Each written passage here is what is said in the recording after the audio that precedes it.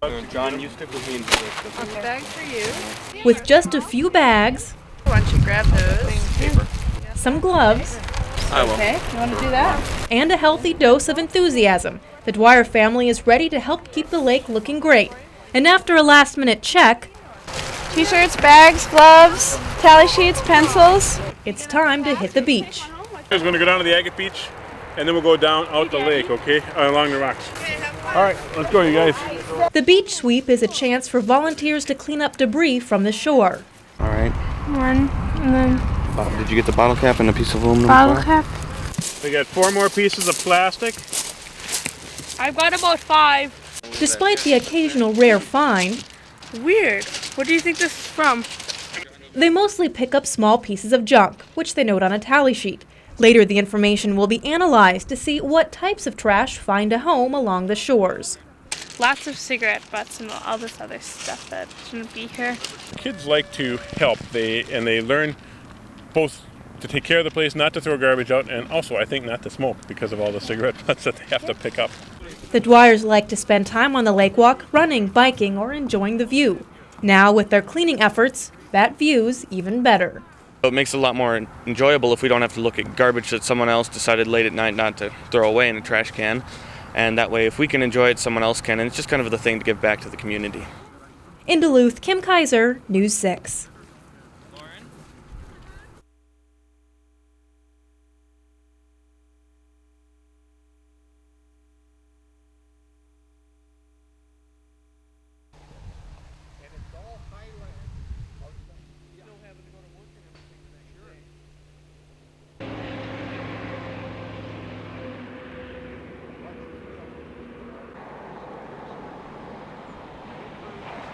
They're saying they're tired of not getting a decent road to drive on.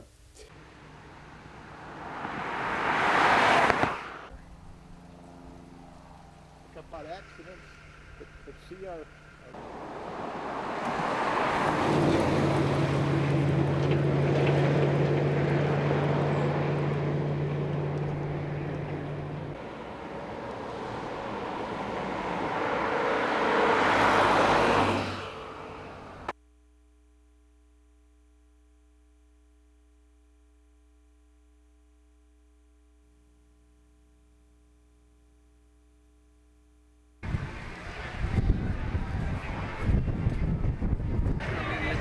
So I thought I'd grab you and Mauer.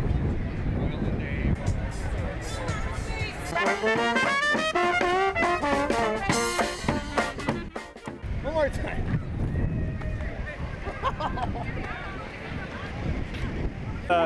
Snow, sleet, and doesn't matter how cold or how warm, we're here every game. So that's the meaning of a true fan.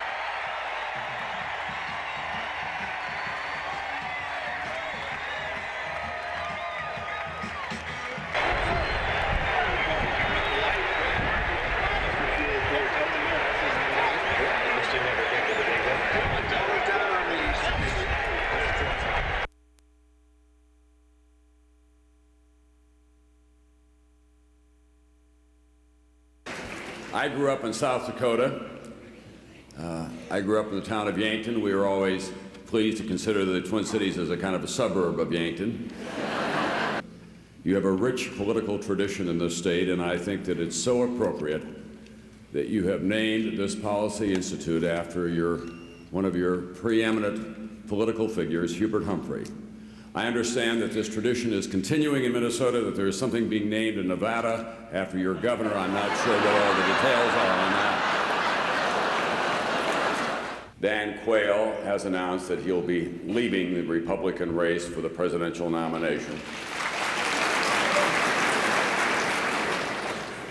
It was a difficult decision with him. He conferred with his advisors and his wife over the weekend, and he issued a statement saying, I want everyone to understand that this is an irrefutable decision on my part. I quit. I-K-W-I-T, I quit. You know, what I've always said about South Dakotans is that they got to South Dakota because Minnesota was too crowded by the time they arrived here, so they kept pushing on west. Pretty hardy breed, but I've always been a great admirer of Minnesota's rich political tradition. and the people that you have brought to public service over the years, and I think it's a great tribute to your state. So I am a product not only of that generation, but as someone who admired them as well, and I look back on all that they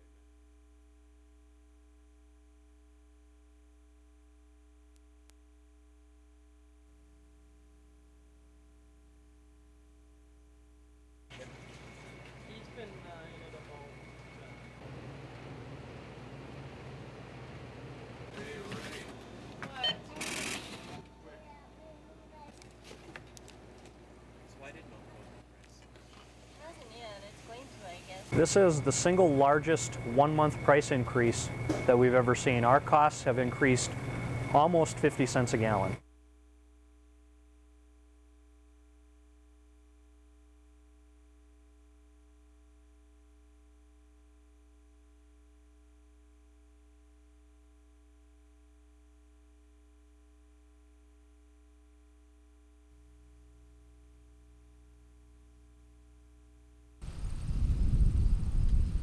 Walking through Blue Vista Orchard, you immediately notice two things: the fabulous view of Lake Superior and the surrounding hills, and one of the oddest looking orchards around. It's the first planting of its kind using a high density planting on dwarfing rootstock. It's the only planting in this area using a high density planting with disease resistant varieties. It's a European method of growing apples that's catching on across the states. Eric learned about it through a friend of his at an experimental egg station in Sturgeon Bay. The trees are kept small with few branches. The way they're positioned on scaffold allows more fruit to grow with less chemicals. The way it's trained is on a central leader, which is the main trunk, and you select a set of scaffold branches right at about waist high, where it's easy and convenient for people to pick.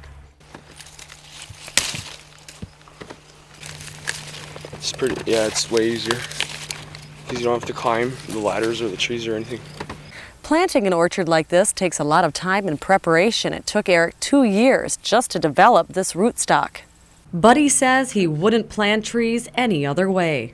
We want the public to come in and do U-pick, and this is just a lot better for people to come in and do pick your own, because the trees are lower, you don't need ladders, and you get more fancy fruit off an orchard like this than a conventional.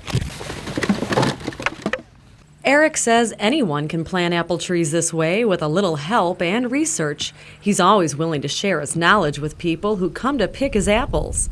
They'll even see tricks from his dog, Caro. Yummy apple. Leave that.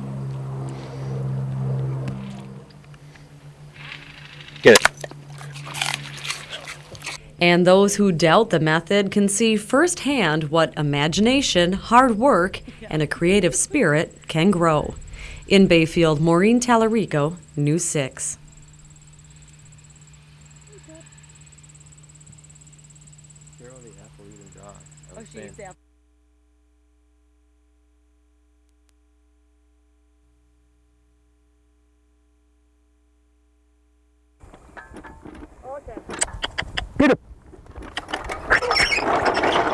Don Keenanen and his draft horses, Tom and Mac, are digging up potatoes. This afternoon, he's also getting some help from his friend Lyle. Shake her down this way a little, Don. The ground is wet, causing the digger to clog up. But the harvest continues. A lot of people are relying on these potatoes. People Don most likely will never meet. Soup? Yeah. What would you like for? The Damiano Soup Kitchen in Duluth receives many of Don Keenanen's potatoes, a donation that helps feed up to 300 people a day. Well, it meets many needs for the soup kitchen in the sense that we are able to use it in the soup kitchen, and the items that we're unable to use, we're able to set on a table and allow the diners to take home with them. But ask Don about it back on the farm, and he's rather shy about his generosity. They sure appreciate it. Well, yeah, that's a good, donate a little bit, that's, yeah. He'd rather tell a few jokes. See, there's a Finnish saying that The dumber the farmer, the bigger the potatoes. No matter the size of his potatoes, what counts on this farm is the size of Don Keenan's heart. In Esco, Maureen Tallarico, News 6.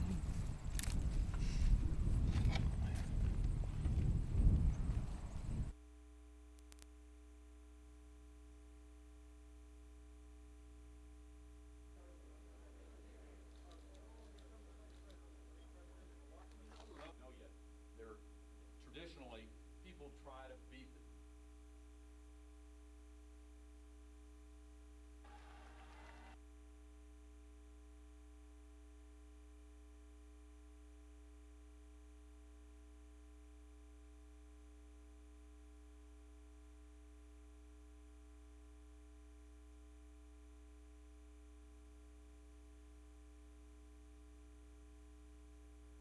And that's about historic preservation. That's right. Is your position that would it be a high? The way I view it differently from the mayor is that I believe a little differently. Greg talked about the whole downtown being a historic district. Make that program succeed. He's not being honest with us when he talks about the tenants. We've got $30 million in the project. We have no tenants. We're working with Team Duluth, with the Soft Center Board, to bring tenants into the building. And there are leases signed. The university has a lease, Lake Superior College has a lease, Scan Health has a lease, and there are some other together two successful businesses. We both work very, very hard. Very injurious for our community. Mayor Doty, Councilor Gilbert raised some issues about the technology village, and a lot of people have some concerns that there are not tenants who have signed on the line for that. Realistically, do you think that the city is going to realize the returns that it expected out of that? Controversy in the community about historic preservation. Greg, you seem to have a little bit softer heart for historic preservation of buildings and some of the things I've heard you talk about. What is your position on the way that the Soft Center down? And I would do differently because with my business background, you don't cut corners in those types of areas. Those are significant. And as a result,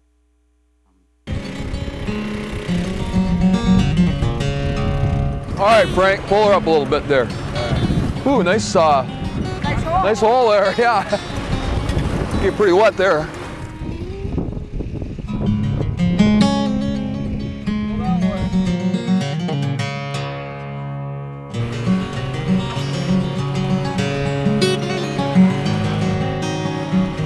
I love my job. It's fun. I like to play in the water.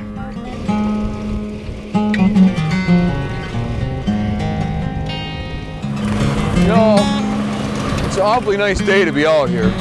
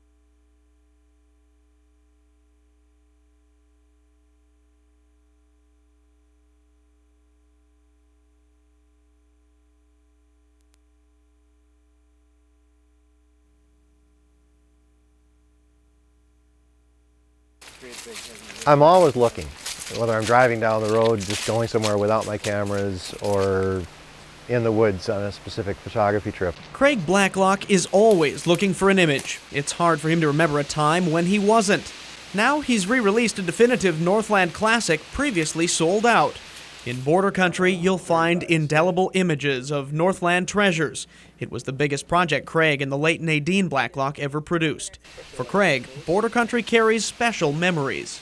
A very nice project for me to go back and relive what was probably the happiest time Nadine and I had together, and 2 years of canoeing and photographing in the Boundary Waters in Quetico. Craig says the work behind Border Country was a slow labor of love. He and Nadine claimed equal credit for the body of work. When you're traveling by canoe, you're both seeing the things at the same time. You're going down the portages at the same time. we kind of raced to see who could go on the portage first because they'd say, "That's mine." It'll be at least a year before the next Craig Blacklock book comes out, and he's working steadily toward that goal, while not losing sight of a broader view of his mission in life. Now he commits much of his time to bringing others in touch with nature at the Blacklock Nature Sanctuary. And understanding we have to give something back to nature, not just going out and taking the pictures and putting the money in your pocket, but working both with your time and putting some of the dollars back into causes that are going to preserve the land that we're working with. Near Moose Lake, Jason Rice, News 6.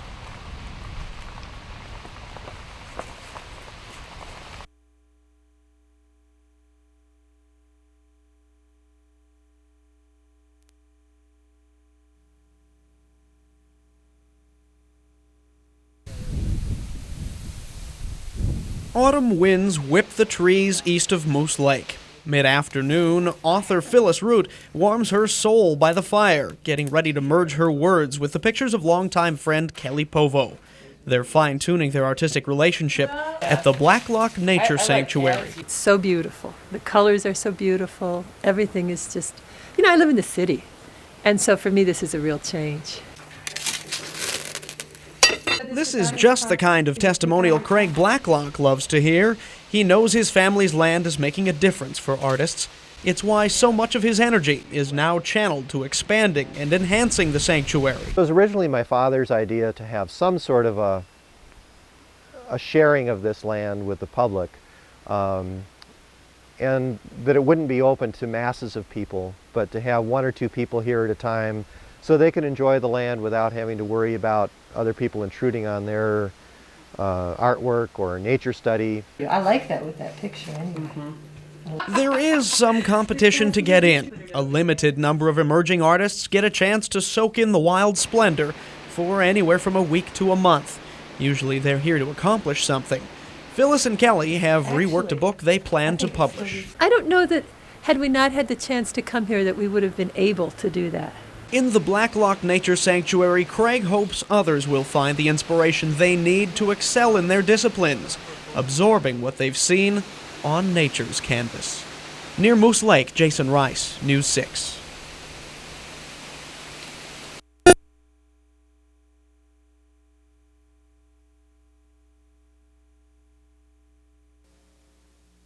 From Playboy to parody,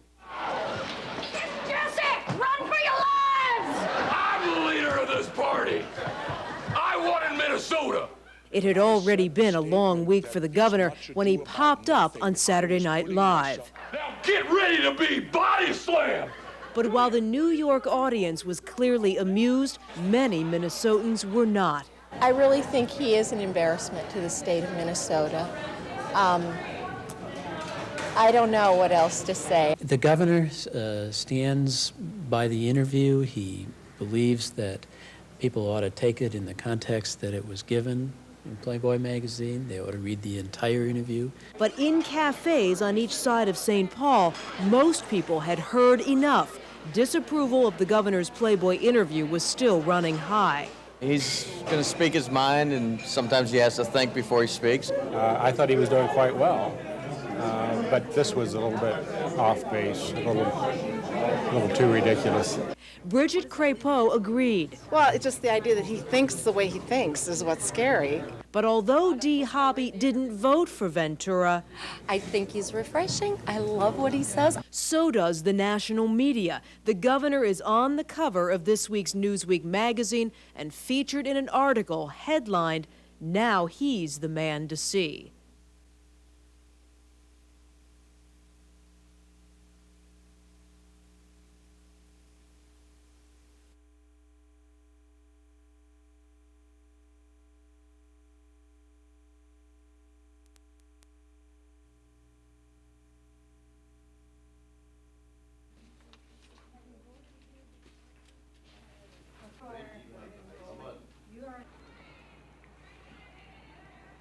I really believe, and I think that the community agrees, that we need a facility, a new middle school facility, and I think that we need to, at some point, try to ascertain what the public really wants, and that's difficult because they are fragmented and no one speaks with one voice. And I think we're as close to,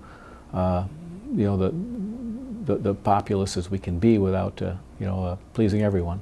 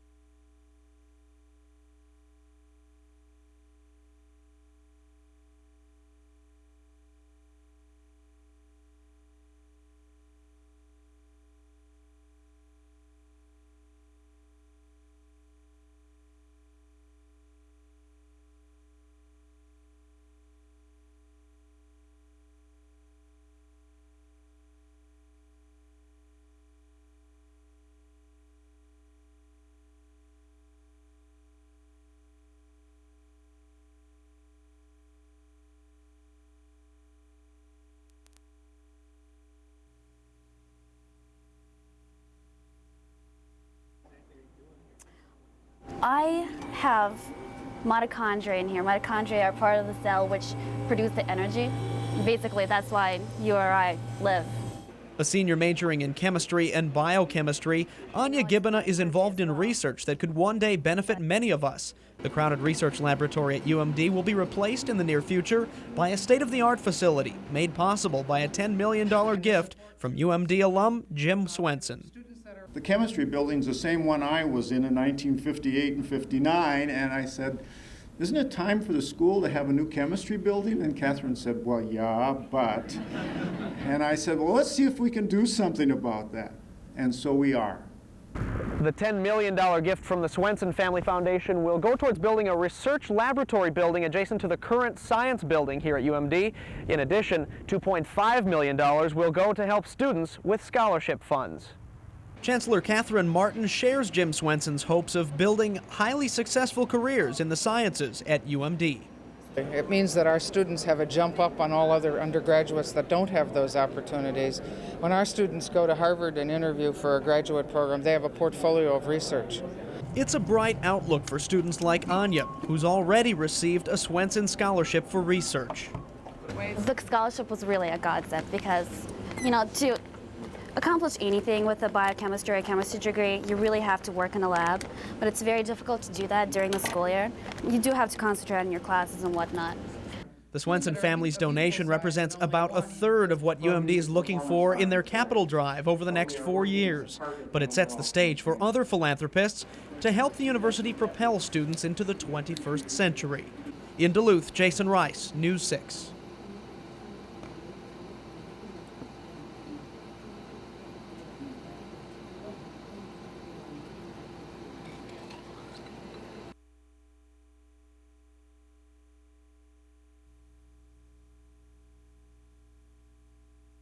The stuff that I should be taking care of is part of police work.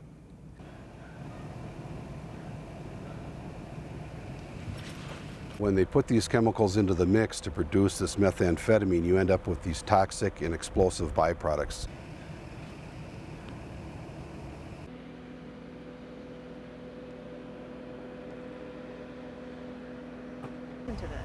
Shocked. The idea that something like this was going on this close to our school, and as it sinks in, though, you think of things that seem to be occurring across our nation, our country, and I guess something like this, then you just kind of think, well, it must be in this area too then.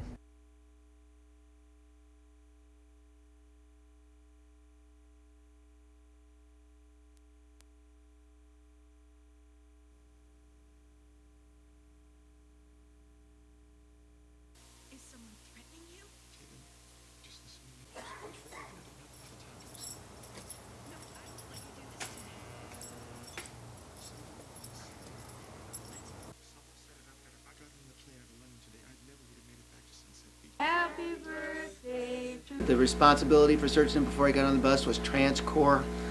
He was strip searched and placed on the bus, and obviously they missed the.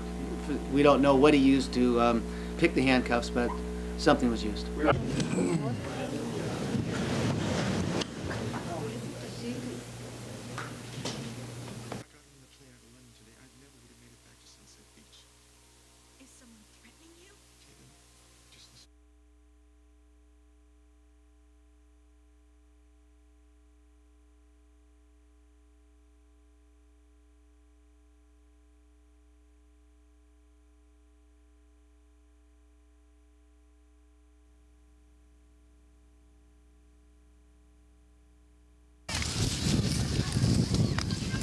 Spirit Mountain is one of Duluth's most successful city ventures.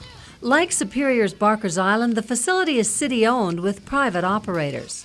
But unlike Barker's Island, Spirit Mountain has more than paid back its original investment. Spirit Mountain is not a loss leader anymore. It brings millions of dollars, literally millions of dollars into our community.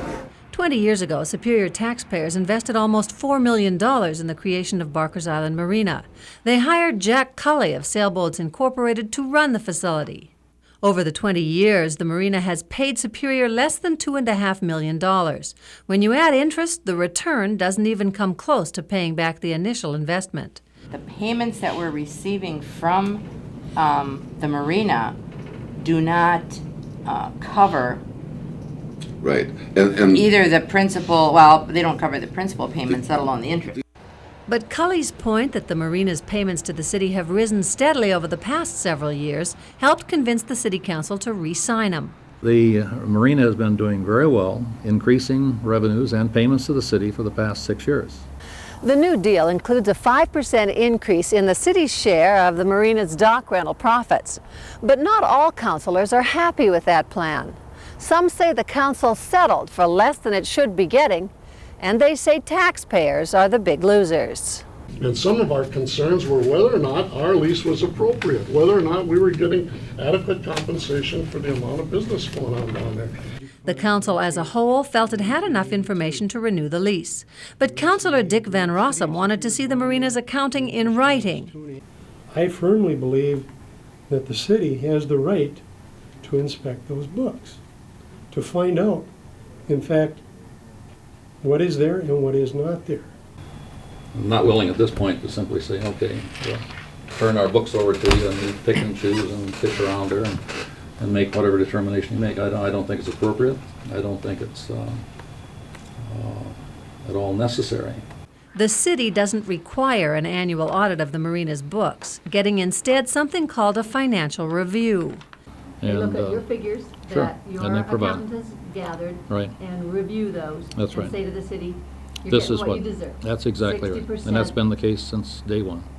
This is where negotiations really turned into a battle. The perception, because we are successful, is that there's an enormous amount of money being taken from the marina that's not going to the city. That's basically what you're saying. I have absolutely no way of validating your position is with regards to your numbers. You're saying that we would cook the books to gain something? But by the same token, open those books to us. Show it to us. Superior City Attorney said under the pass lease, Cully can't be forced to open his books. But Van Rossum feels if Cully has nothing to hide, he should be willing to voluntarily share how much the marina makes each year. He feels without that information, taxpayers will never know if the deal they're getting is fair. In Superior, Barbara Riles, News 6.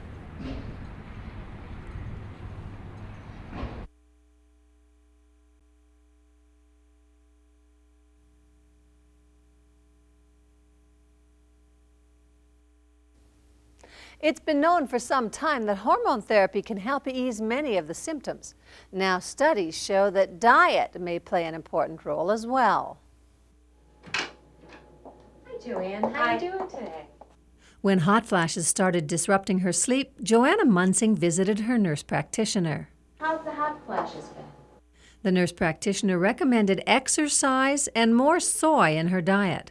Now Munsing takes 3 of these soy supplements a day. I still get them. It doesn't completely eliminate them. However, I think they're fewer in number and they're less intense. Before and during menopause, women may feel warm or hot and sweat profusely for 30 seconds to 5 minutes and then feel chilled. It's caused by fluctuating hormone levels in the body. Some women don't want to start taking hormones while they're still in their 30s and 40s. That's where soy and lifestyle changes can help. In fact, a new study finds that American women who have increased the soy in their diets have noticed a 30% decrease in their hot flashes. Soy has phytoestrogen. It has plant estrogen. Many experts say soy is natural and can help, but it's not as effective as hormone replacement. Joanna Munsing, however, swears by it. If it suits your lifestyle, fine. And it seems to be helping me. You can find soy naturally in soy milk, tofu, soy germ, and supplements.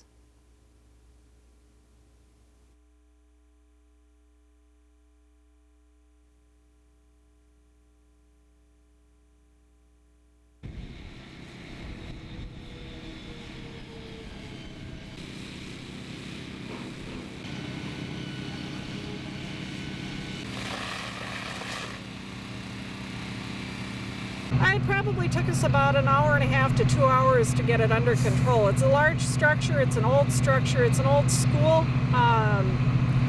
There's a lot of new addition at this end of it.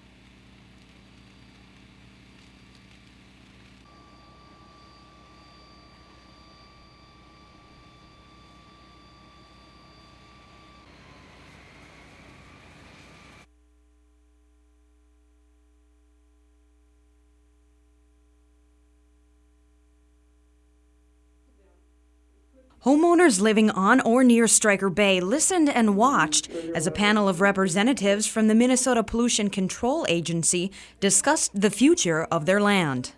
Did the sediment in any of those sites contain mercury? The area is a Superfund site polluted with cancer-causing compounds from coal, oil, and gas plants that operated in the area from the 1800s to the 1960s. There's some cancer-causing chemicals involved in this process, and there have been for 40 years. So we would like to see the area be cleaned up and returned to its pristine state if that's at all possible. Those living in the area agree that it does need to be cleaned up, but the question is what method should be used. The MPCA wants Stryker Bay and a nearby dock dredged, with the polluted material permanently sealed in a current slip.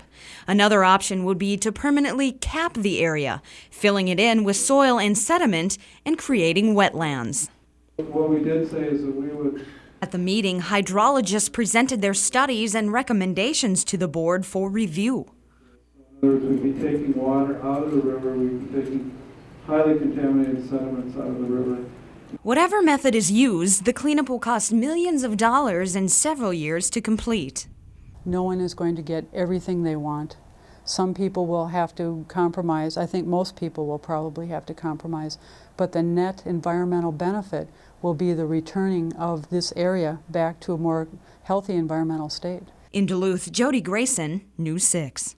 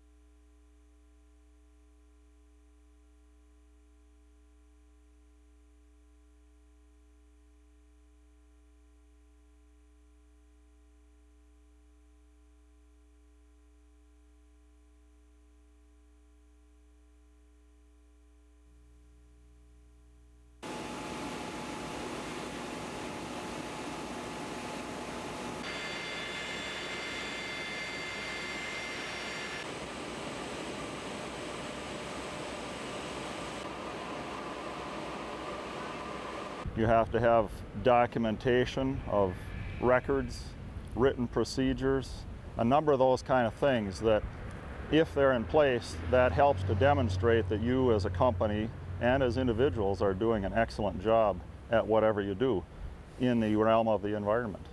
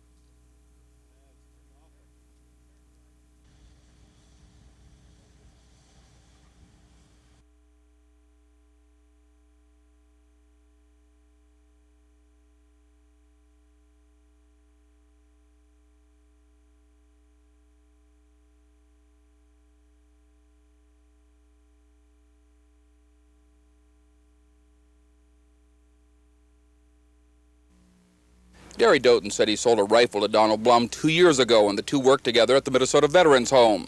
And there was Darrell Wallace, who says he gave Blum 3 guns as appreciation for construction work Don Blum did on his North Minneapolis home. And Wallace said after authorities found those guns on Blum's property near Moose Lake, Blum called Wallace from jail to try and get him to lie to a grand jury that the guns really weren't his, but for Blum's wife and children. But Wallace said on occasion he came to Blum's property and they would target practice. And the government called a Moose Lake gas station owner who says he sold a firearms deer hunting license to Blum. Prosecutor R.J. Zayed tried through all of this testimony to show that Blum, a convicted felon, violated federal law by having and shooting guns. But when public defender Richard Holmstrom cross-examined the government's key witness, he chipped away at his credibility. Holmstrom pointed out in July, Wallace told a grand jury he never saw Blum fire any guns, but today he said he had.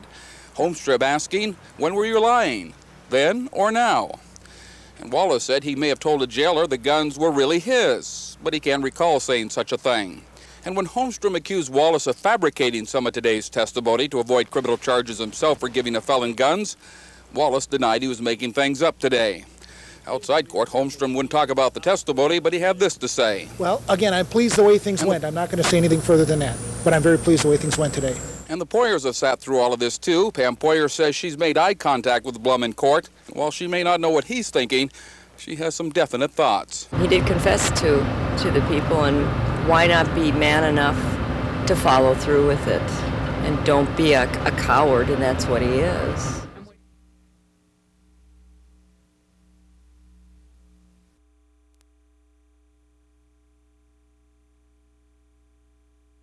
Open it up with appreciation to everybody for what you've done.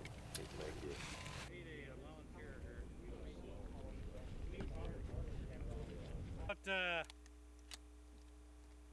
you. About 3. We want to do cold weather shoots where we shoot different times of the year, so we simulate what the actual conditions are when people are, when our officers are out in the field. So, and it's very important. It's important for the city and for us to make sure that they have the best training and that.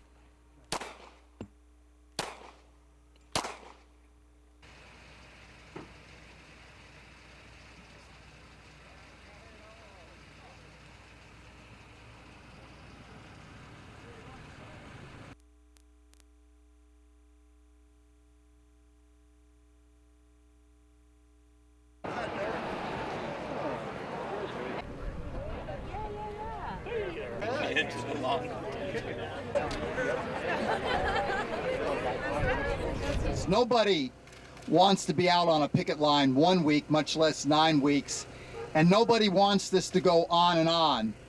But I think the message here in Duluth, which is a message for all of Minnesota, is that working people want to be working under civilized, safe working conditions. $5 in the bar so that we collected 32 for all the support that you've given 1020.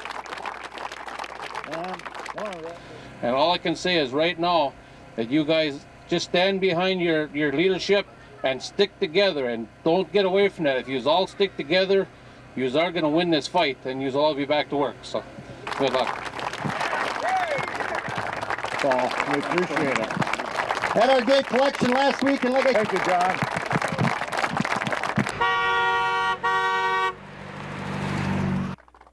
We also are honored to have with us again today the Mayor of Duluth, Gary Doty.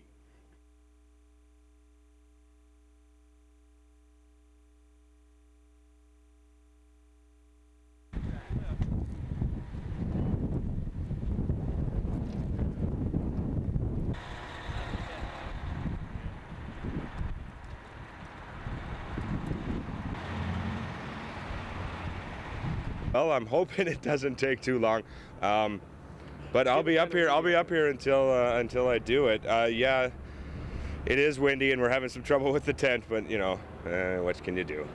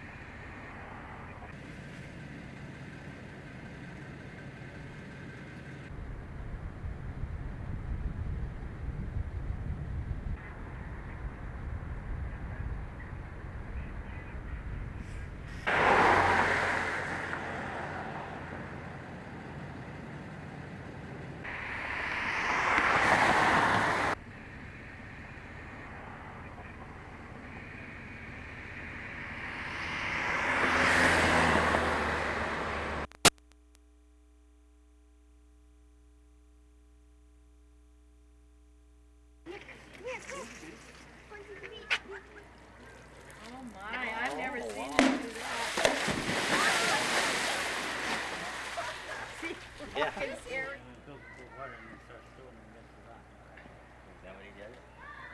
Because they don't.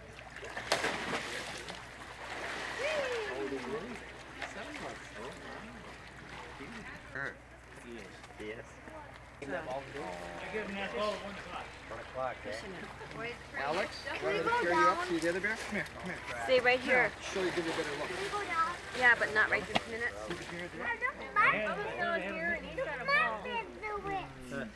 That's going to be a job.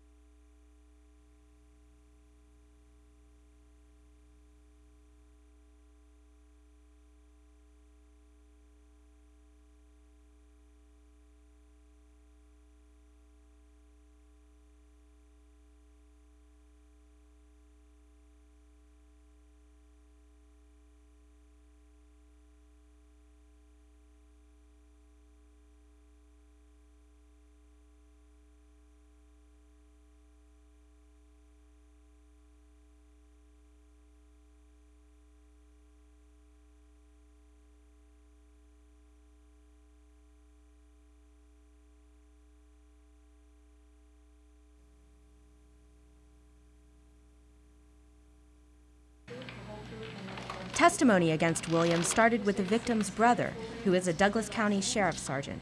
Sergeant Peterson had the difficult task of identifying a corpse found wrapped in a tarp in the back of a fishing boat. I had gone up there to look at the body. They asked me if I could possibly identify it. All I could see was one side of his head, and I said it looked like Carl's haircut, but I couldn't tell if it was Carl or not. An evidence technician and the coroner also testified about Peterson's cause of death and the possible murder weapon. One of the suspect's friends tied him to the murder plot. Jerry Call said he heard Williams and Patrick Peterson discussing plans to commit the murder. What was Dave's behavior or demeanor when he was making those statements? More or less, the way he directed himself was it was a shame, but it had to be done. Was he making any other movements or gestures when he made these comments? He made a gesture as if he was cocking a gun, like a 9mm pistol that cocks on the top. Williams is on trial for being party to the crime of first-degree murder. The maximum penalty is life in prison. In Superior, Jana Katsuyama, News 6.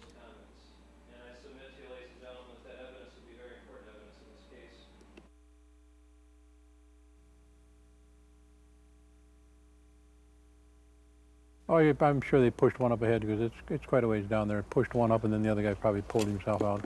Sheriff Dick Ross looked over the window. 2 escapees smashed out late last night and then fled up this hill, taking off in the dark of night. Missing 24-year-old Jason Anker, who was behind bars awaiting trial in an armed bank robbery last year in the northern part of the county. And 22-year-old Christopher Berg was awaiting trial on burglary and theft of check charges. The two broke a leg off a table and smashed their way out. Then you end up with a large mall-type steel table, and 3 blows, and they were able to knock the locks out. Normally, the 55 inmates at the Crow Wing County Jail wear orange scrubs like these. But authorities found 2 pairs of scrubs left behind, leading them to believe they made their getaway in just white boxers. This would lead me to believe they had somebody pick them up because, you know, if you and I are out running around the city right in your boxer shorts, you're going to draw a lot of attention that you don't need at this hour of the day under the circumstances.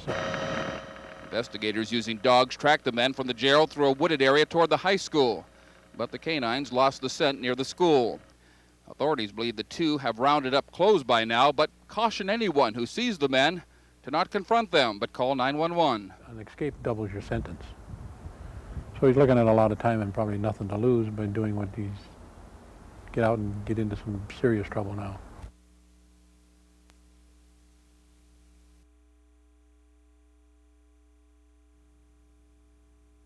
Did not answer the door to take the meal from the volunteer driver. The driver the bear attack, and the furthest away was what, Florida?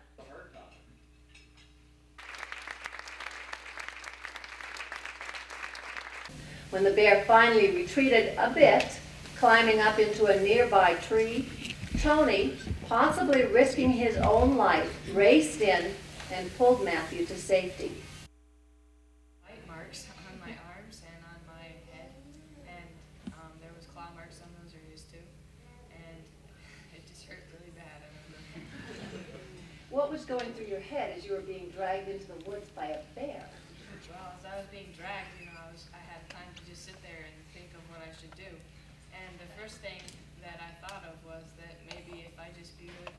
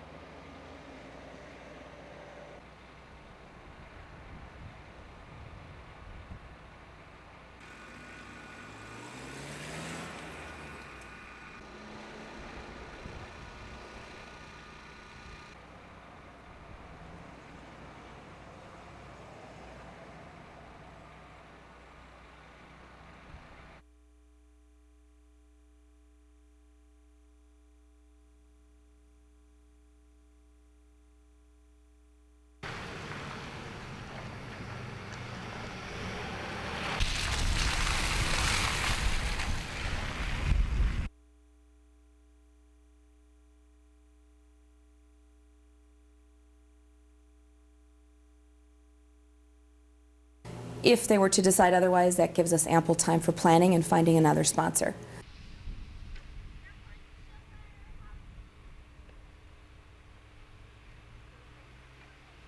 The charter school was supposed to be a 3-year project, and all of the data obviously isn't there because they haven't done the third year of exams. And so until those exams are in and the scores are there, and until all of the data can be analyzed and the proper comparisons made, I feel we don't have sufficient data to make a decision. My assessment is that if I don't make a decision to extend the sponsorship tonight, it's the same as voting to end the sponsorship, because in the spring, that is how a new majority of the school board intends to vote.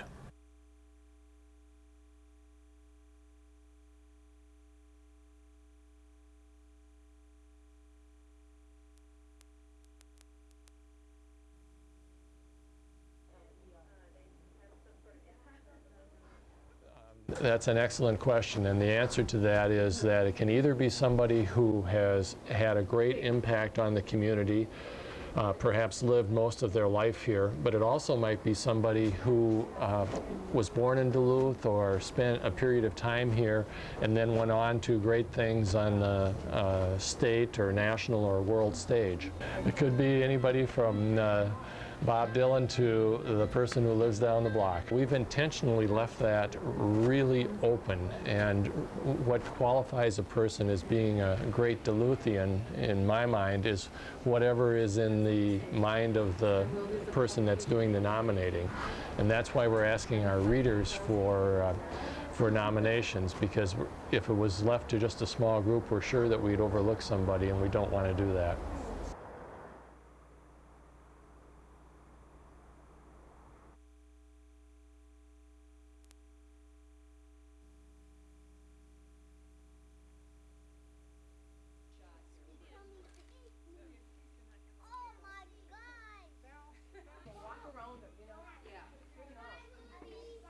Quietly walk to the door and line up. And then I'll stand at the beginning of the line and you want to ask him to say something. It's okay. He doesn't bite. Look. Oh, See, I'll walk heavens, by. no. Look at it. Look, you can touch him. Oh, yes. Touch his head.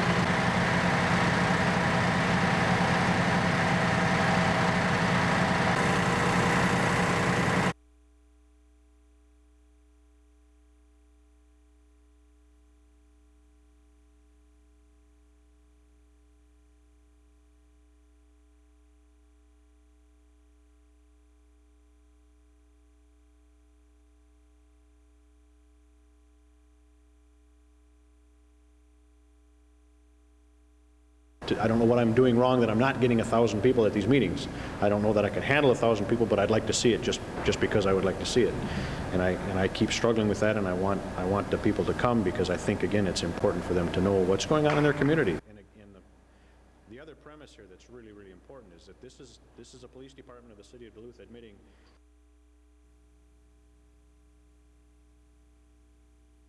and say why. I see things that dare to be. Ever since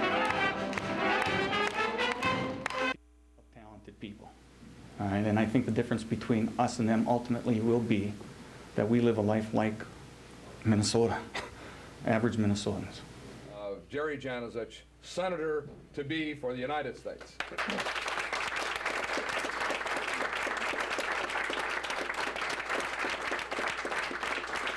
Name ID and money. But we think we're going to be able to do both. We're raising some. The goal was to have some money in the bank when we announced. We have some money in the bank. Obviously, we've got the signs and those kinds of things ready.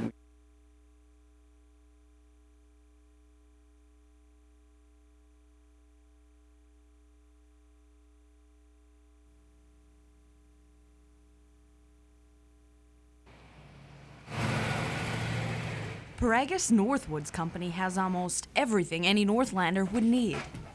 Everything to keep warm, from boots, gaiters, wind shell, pants, long underwear. We carry Wilsteger's line of underwear, and right up to a nice down parket. For more than 20 years, this cozy little store has attracted customers from all over the world. This time of year, a lot of people come up to Ely to do Christmas shopping, and they always stop here. The town of Ely is filled with many small retail shops. Most of these businesses have found that they don't have to attract customers to their stores if they can attract them to their websites. Right now, Paragus.com is generating 10% of our sales. It's been great. We've been really busy. It has really taken off this year, from orders from all over the United States and some from Europe. Teresa Kleist relies on the internet to keep her business alive. Ely Stuff is custom outdoor apparel made right in her own home. The information superhighway allows customers to view and purchase her product without having to take the long trip to Ely. It's easy. You look at the product, you find what it's about, and click and order, and it's shipped within a couple days. It's a way to reach millions of people that maybe haven't even heard of Ely, but love the outdoors. In Ely, Jody Grayson, News 6. On the internet? Really? It's probably not.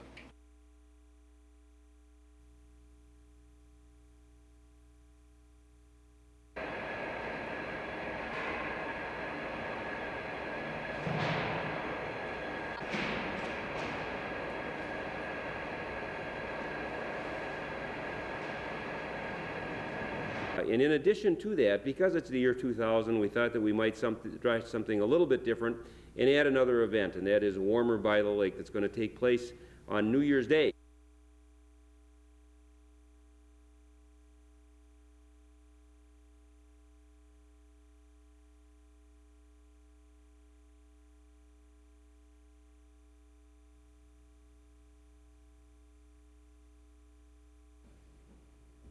In 56 pages, Donald Blum gave his account of the abduction last May. In the document, he says he was drinking before going to the convenience store that night. Blum said he then grabbed the girl at the counter, put her in his truck, and drove her to Carrick. He said, "I don't know if it was just out of guilt or something, or whatever, feeling stupid, but then I choked and killed her." Blum said he then burned the girl's remains in a fire pit near his trailer. But when one investigator asked Blum directly if the bones were Katie Poyer's, Blum hesitated. He answered, "I guess so," and then said the question was a catch-22. A forensic report of the bones does not confirm or contradict Blum's confession, stating the bones were too charred to be identified. But the victim's brother remains convinced. I mean, he said it. I mean, he admitted it. It's pure and simple. I mean, it's ridiculous that, you say something, then you can turn around and recant it. Jana Katsuyama, News 6.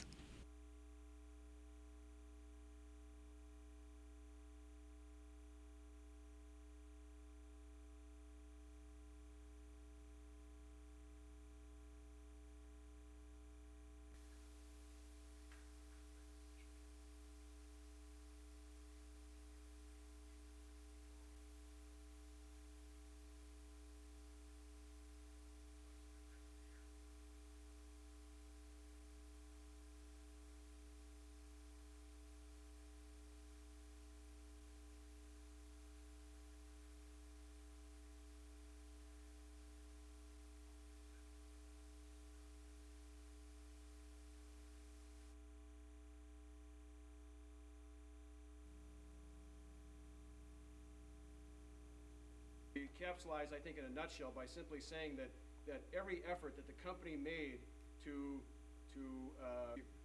the principal officer, the new principal officer of Local 346.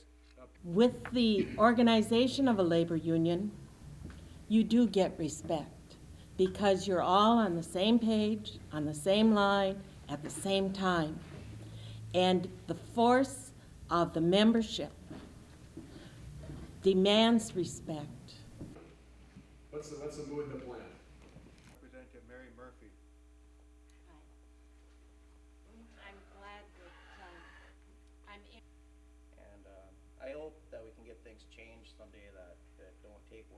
this much time and effort just to get.